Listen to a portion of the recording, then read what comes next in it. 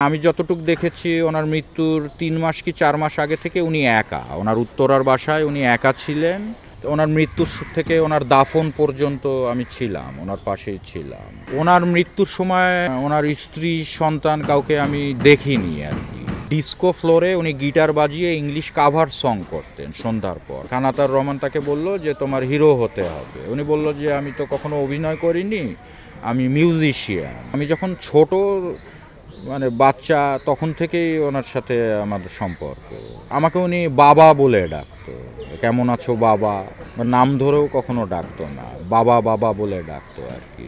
আমি তার নিজের ছেলে না, তবে আমিও তাকে বাবার মতো শ্রদ্ধা করি, আমিও তাকে বাবা বলেই ডাকতাম। জাফর ইকবাল সাহেব আমাকে তার নিজের ছেলের মতো স্নেহ করতেন। আমি একসময় শিশু শিল্পী ছিলাম, তা উনি আমাকে নিজের ছেলের মতো স্নেহ করতেন, সবার কাছে পরিচয় দিতেন যে সে আমার ছেলে।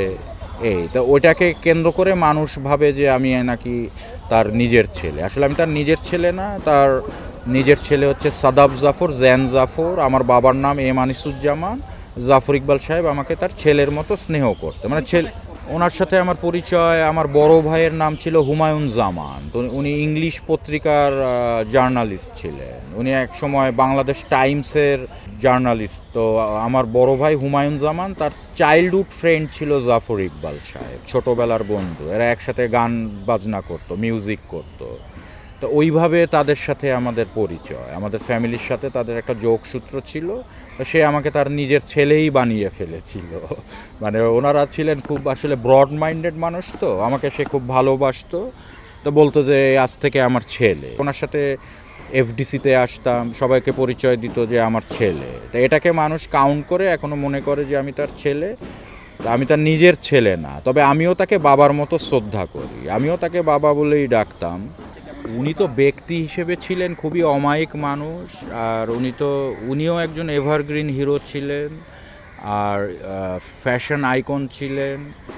উনি অ্যাকচুয়ালি ছিলেন মিউজিশিয়ান। তা উনি ফিল্মে এসেছে, এটা 1969-এর ঘটনা, 1969 সালের ঘটনা। উনি তখন, এখন যেটা শেরাটন হোটেল, ওটার নাম ছিল ওই সময় পাকিস্তান পিরিয়ডে ওটার নাম ছিল হোটেল ইন্টারকন্টিনেন্টাল। ওখানে ডিস্কো ফ্লোরে উনি গিটার বাজিয়ে ইংলিশ কাভার সং করতেন সন্ধ্যার পর, কারণ ওই সময় যত ফরেনার বাংলাদেশে আসতো ওই ইন্টারকন্টিনেন্টাল হোটেলেই উঠতো। তো ফরেনারদের জন্য ইংলিশ কাভার সং করতেন। তো খানাতাউর রহমান ওখান থেকে তাকে ধরে এনে হিরো বানিয়েছেন। খানাতাউর রহমান তাকে বলল যে, "তোমার হিরো হতে হবে।" উনি বলল যে, "আমি তো কখনো অভিনয় করিনি, আমি মিউজিশিয়ান।"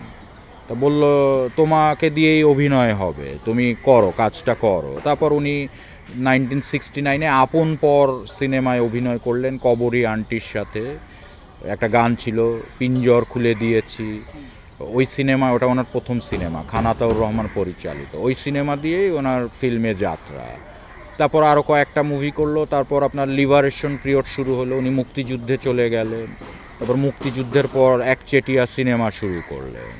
তারপর আপনারা এই জাফর ইকবালকে পেলেন আর কি। আসলে ওনার সাথে তো আমার দেখা সাক্ষাৎ ধরতে গেলে রেগুলারই হতো। তা উনি যখন অসুস্থ হলেন, পিজি হসপিটালে ভর্তি হলেন, পিজি হসপিটালে প্রতিদিনই আমি যেতাম।